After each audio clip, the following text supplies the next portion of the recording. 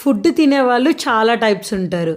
ఒకరేమో బ్రతకడం కోసం తినాలి కదా అనుకుంటారు. ఇంకొకరేమో ఏదో తింటున్నాంలే అని తింటారు. కొంతమందేమో ఇష్టంగా తింటారు. ఇంకా మరి కొంతమంది అయితే చాలా కష్టంగా తింటారు. టేస్ట్ బాగుంటేనే తినేవాళ్ళు కొంతమంది. ఫుడ్ని చాలా ఎంజాయ్ చేస్తూ, ప్రతి ముద్దని ఆస్వాదిస్తూ, ప్రతి బైట్ని ఎంజాయ్ చేస్తూ తినేవాళ్ళు కొంతమందే ఉంటారు. అందులో నేను కూడా ఉంటాను. అలా అని తినడం ఒకటే పనా అనేవాళ్ళు కొంతమంది.